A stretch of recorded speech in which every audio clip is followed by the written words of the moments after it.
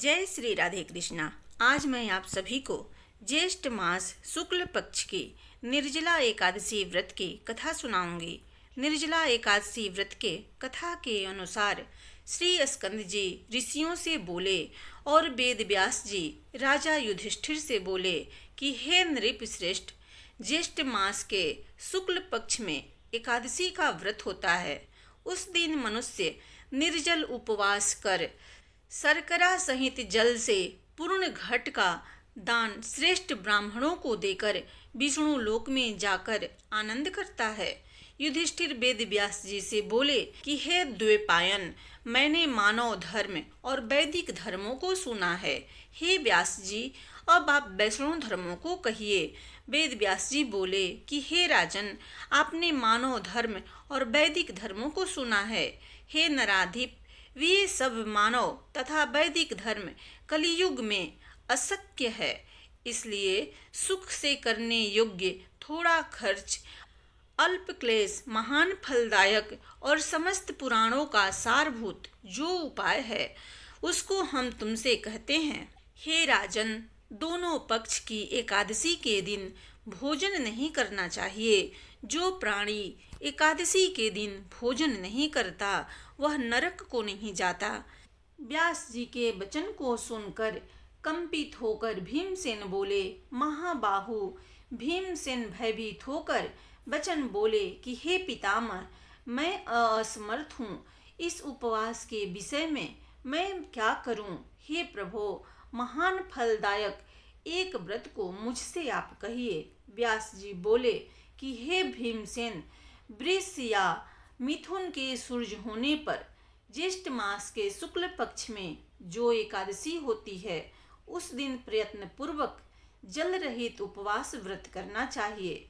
स्नान और आचमन के जल को छोड़कर विद्वान अन्य जल का ग्रहण न करें, अन्यथा जल का ग्रहण करने से व्रत भंग हो जाता है। विद्वान सूर्योदय से सूर्योदय तक जल का त्याग कर दें तो बिना प्रयास के एकादशी व्रत का श्रेष्ठ फल उसको मिलता है।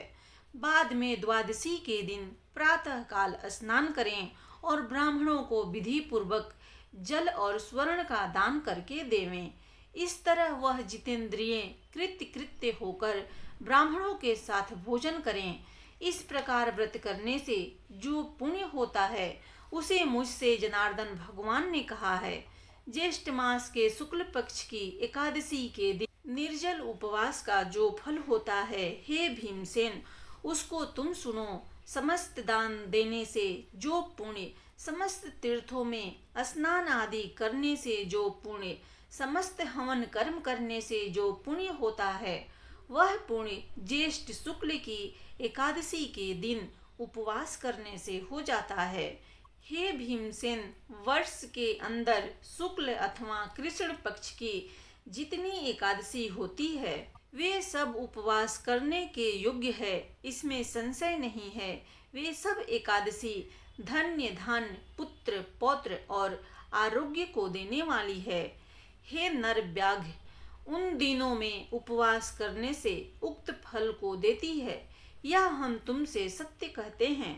और हे नर व्याघ्र, एकादशी के दिन उपवास व्रत करने से उस प्राणी के सम्मुख मरण काल में यमदूत नहीं आते हैं, जो कि यमदूत भयानक, विशालकाय, कृष्ण वर्ण, दंडपाश से युक्त क्रूर कहे जाते हैं। एकादशी के दिन व्रत करता जो वैष्णव है उसको अंत समय में वैष्णवपुरी बैकुंठ को ले जाने के निमित्त पीताम्बरधारी, सौम्य स्वभाव, चक्रधारी और मन के समान वेगशाली विष्णु दूत वहां आते हैं और उसे बैकुंठ ले जाते हैं। इसलिए सर्वोपाय से एकादशी का जल रहित व्रत करें और जल धेनु दान देकर प्राणी सब पापों से मुक्त हो जाता है। हे नृप श्रेष्ठ, ज्येष्ठ मास के शुक्ल पक्ष की जो एकादशी होती है उस दिन निर्जला उपवास कर अन्न और शर्करा सहित जल पूर्ण घट का दान श्रेष्ठ ब्राह्मण को देकर प्राणी तीनों ताप से छूट जाता है और विष्णु लोक में जाकर विष्णु भगवान के समीप रहकर आनंद करता है। भीमसेन व्यास जी से बोले कि हे तात, जो आपने एकादशी का व्रत और उसका अद्भुत महात्म्य कहा है, वह मूढ़ चित्त होने के कारण मुझको सत्य प्रतीत नहीं होता है। इसलिए ये वात्सल्य भावना का त्याग कर सत्य वचन कहिए। हे तात, यदि आप सत्य वचन न कहेंगे तो मैं विदुर वचन, धृतराष्ट्र के प्रति जो विदुर ने वचन कहे हैं उनके समान नष्ट हो जाऊंगा। हे तात, मंत्री, पुरोहित और वैद्य, ये तीन जिसके साथ प्रिय वचन बोलते हैं, उसके कोष, धर्म और शरीर, इन तीनों का नाश हो जाता है। व्यास जी बोले कि हे भीमसेन, हे वत्स, हमने पहले जो संक्षेप में आपसे कहा है, हे पवन पुत्र, वह सर्वथा सत्य है, उसको मिथ्या नहीं मानना। मैं इस विषय में पुरातन इतिहास को कहूँगा। तुम्हारा संशय स्कंद जी के श्रवण से दूर हो जाएगा। पूर्व काल में कालांजन पर्वत पर पुलिंद नाम से विख्यात समस्त धर्म का ज्ञाता राजा हुआ। उसने निष्कंटक राज्य करके वहां द्वारिका के समान महान पुर बनाया और स्वयं अनेकों रथ, सेना, एरावत समान हाथी, उच्च श्रवा समान अनेकों घोड़ों से परिवारित होकर और सचिवों से अनुमोदित वह राजा विजय यात्रा के लिए निकला। 100 योजन में विस्तृत राजा की सेना नगर से निकली और राजा के साथ चलने वाली वह सेना जो पैदल है, वह पृथ्वी को आच्छादित करती हुई जा रही थी और 7 व्यूह से युक्त वह सेना 7 महासमुद्र के समान मालूम होती थी। राजा पुलिंद ने बड़े बड़े मांडलिक वीर राजा और राज सेवकों को जीत लिया और उनसे विपुल बहुत कर भार लेकर पुर को गया। उसी तरह भूलोक के चक्रवर्ती राजाओं को जीतकर जिस जिस सेनापति को बलवान सुनता था, मद से गर्वित वह राजा पुलिंद वहां वेग पूर्वक जाकर उनको जीतता था। इस तरह पर्यटन करते राजा पुलिंद से गुप्तचरों ने आकर कहा कि हे राजन, सभी का मालिक परम धर्मात्मा एक राजा है, जो कि श्रुति, स्मृति, पुराण का वेता, देवता, अतिथि का पूजक, सूर और सत्य प्रतीक है। उसको किसी ने भी नहीं जीता है। उसको बिना जीते इस भूमंडल में आपकी कृति संतुष्ट करने वाली न होवेगी। गुप्तचरों के यह वचन सुनकर अपने मंत्रियों के साथ उस राजा पुलिंद ने सेना सहित प्राचीन वहीं के संपूर्ण नगर को जाकर चारों तरफ से अच्छी तरह से घेर लिया और पुलिंद के सैनिक उस नगर के चारों तरफ स्थित हो गए। जैसे वन में सियारों के झुंड से एक सिंह घेर लिया जाए, इस तरह उसे चारों तरफ से घेर लिया। हे तपोधन, उस समय उस नगर में बड़ा कोलाहल मचा। कुछ लोगों ने राजा से, कुछ लोगों ने मंत्रियों से जाकर समाचार कहा, हे राजन, उस दिन ज्येष्ठ मास के शुक्ल पक्ष की एकादशी तिथि थी। उस नगर के वासी सभी लोग स्नान कर प्रसन्नता के साथ विष्णु भगवान के पूजा में रत हो गए और विष्णु भगवान में लीन होने के कारण परस्पर बातचीत भी नहीं करते थे। उस समय राजा पुलिंद के सैनिक ग्राम में घुस गए और लूटने में लग गए। उन लुटेरों को किसी ने मना न किया।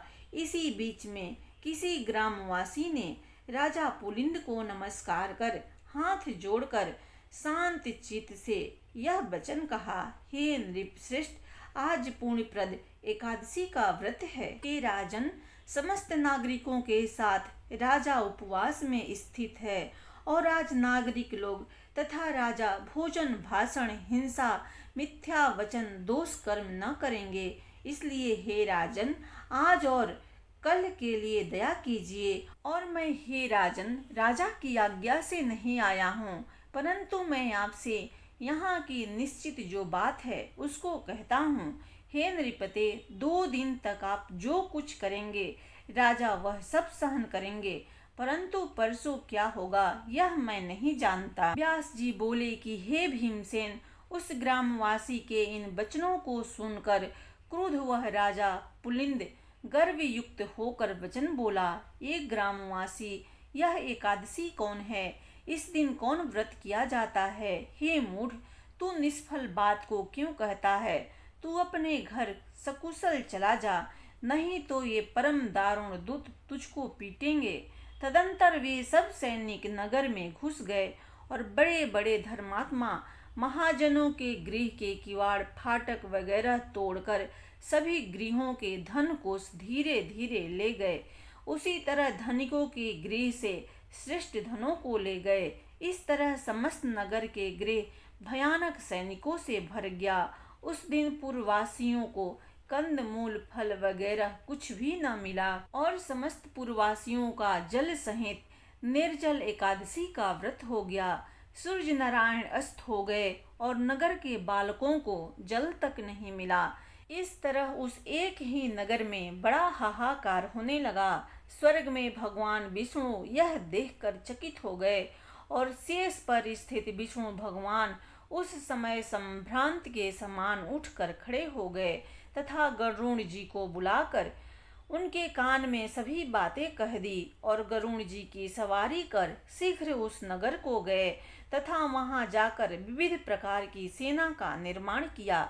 जिस सेना के सैनिक 3 नेत्र, 7 जिह्वा, 4 पैर, महान अद्भुत बड़े बड़े दांत, 3 सिर, 2 मुख, 10 मुख, 6 मुख, 5 मुख, हाथी के समान मुख, हाथी के समान आकृति, सिंह के समान आकृति, महान भयानक नृसिंह के समान तेजस्वी, सिंदूर से पूजित मुख, महिषासुर के समान कराल विकराल, नील पर्वत के समान प्रभा युक्त, ऊर्ध्व केश दिगंबर, नर मुंडधारी, आंतों की माला से युक्त, व्याघ्र चर्मधारी थे। इसके पूर्व मनुष्यों के अदृश्य ऐसी सेना को विभु विष्णु भगवान ने आज्ञा दी कि नृपों में अधम इस सेना सहित पुलिंद का मेरी आज्ञा से सूर्योदय से पूर्व अच्छी तरह नाश करो। विष्णु भगवान की आज्ञा को सिर से धारण कर वे विष्णु के सैनिक दल शत्रु सैनिकों में घुस गए और अस्त्र प्रहार कर वध करने लगे, जिससे बड़ा कोलाहल मच गया। कुछ खड्ग से मारे गए, कुछ खटवाक से वध किए गए और कुछ दंशन से दंशित किए गए तथा अन्य लोगों को कुछ लोग भक्षण कर गए और जो वीर लोग भागे जा रहे थे उनके पैर पकड़कर पृथ्वी पर गिरा दिए गए। इस तरह पैदल सेना वीर मार डाले और बहुतों को खा गए। रथी घोड़सवार घोड़ा वगैरह अत्यंत दर्शन के द्वारा चूर्ण कर दिए गए, शिविर में आग लगाकर भस्म कर दिए गए। तब उसका बड़ा प्रकाश हुआ।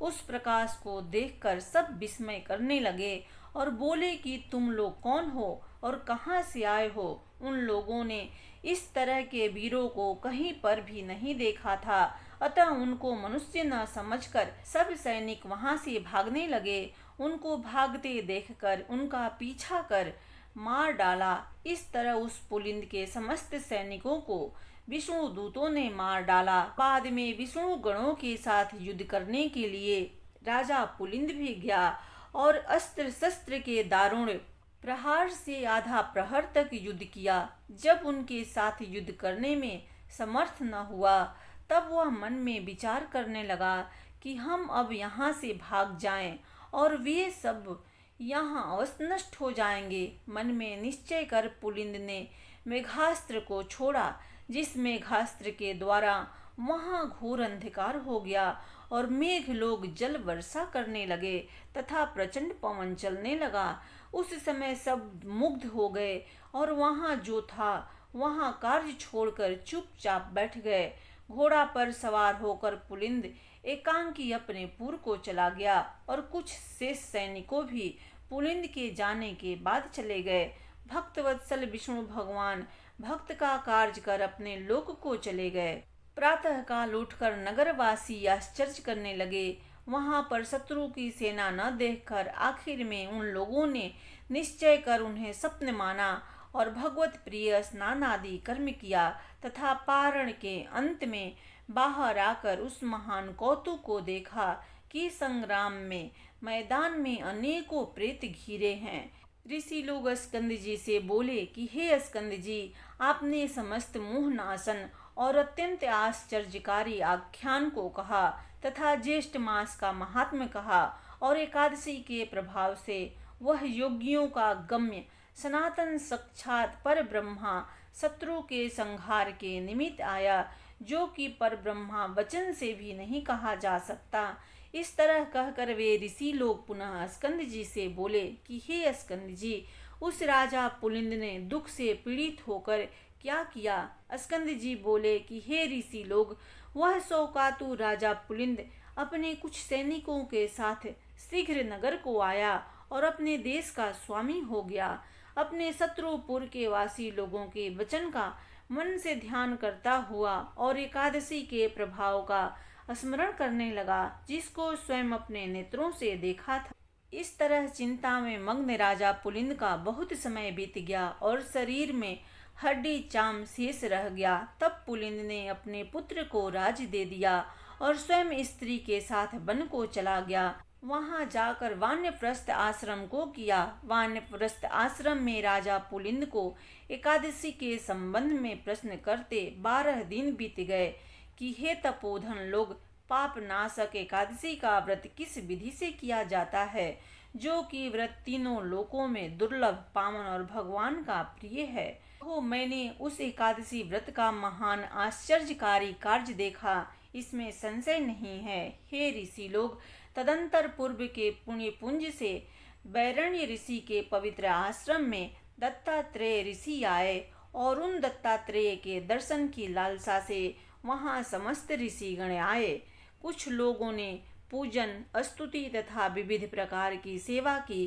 राजा पुलिंद ने भी दत्तात्रेय जी का आगमन सुना और वहां जाकर भयभीत के समान बैठ गया। प्रधान ऋषियों के चले जाने पर राजा पुलिंद दत्तात्रेय जी के निकट गया और दंडवत कर दूसरे विंध्य पर्वत के समान पृथ्वी पर गिर गया। दत्तात्रेय ऋषि बोले कि हे सौम्य, उठो उठो, तुम कौन हो और किस लिए यहाँ आए हो। तुम्हारे दुख का जो कुछ कारण हो उसको तुम मुझसे कहो। दत्तात्रेय जी के वचन को सुनकर भी अत्यंत दुख से पीड़ित वह पुलिंद जब नहीं उठा, तब उस राजश्रेष्ठ पुलिंद को दत्तात्रेय जी ने स्वयं अपने हाथों से उठाया। राजा श्रेष्ठ पुलिंद ने उठकर दत्तात्रेय जी का अति सुंदर हृदय जानकर कहा कि मैं जगतीतल में विख्यात पुलिंद नामक श्रेष्ठ राजा हूँ। हे तात, क्षण मात्र में पृथ्वी मंडल को जीतकर और गर्भ में होकर राजा प्राचीन बही के नगर को गया। वहां जाकर उस विष्णु भक्त राजा के नगर को पीड़ित करने पर ग्रामवासी कोई मनुष्य मेरे पास आया और मुझसे वह वचन बोला कि आज ही हरि भगवान का पवित्र दिन है। आज उस राजा के विषय में क्षमा करें, क्योंकि समस्त नगरवासी व्रत में लीन हैं। उस ग्रामवासी के वचन को सुनकर मद गर्भ से मोहित होने के कारण मैंने उसके वचन का अपमान किया। उसके वचन मेरी मत और गर्वित बुद्धि को न छोड़ा सके। इसके बाद सूर्यास्त हो जाने पर विष्णु भगवान की माया से निर्मित असंख्य दूत युद्ध के लिए वहां आए। उन विष्णु दूतों ने समुद्र समान मेरे समस्त सैनिकों का भक्षण कर लिया और प्राण मात्र शेष रह जाने पर हम लोग वहां से भागकर अपने नगर को आए। उस समय से भ्रमण करता हुआ एकादशी व्रत को जानने की इच्छा से राजपुत्र धन का त्याग कर तापसी व्रति का आश्रय लिया हूँ।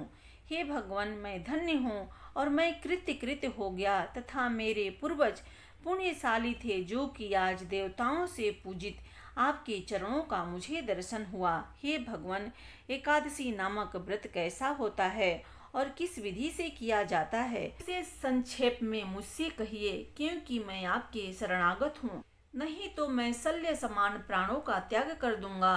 राजा पुलिंद के इस वचन को सुनकर सकल वृतांत वेता दत्तात्रेय जी उस समय राजा पुलिंद के दोनों हाथों से आलिंगन और दया चित्र होकर मधुसूदन भगवान के एकादशी व्रत का विधान कहा। प्रेम से बोलिए भगवान विष्णु की जय।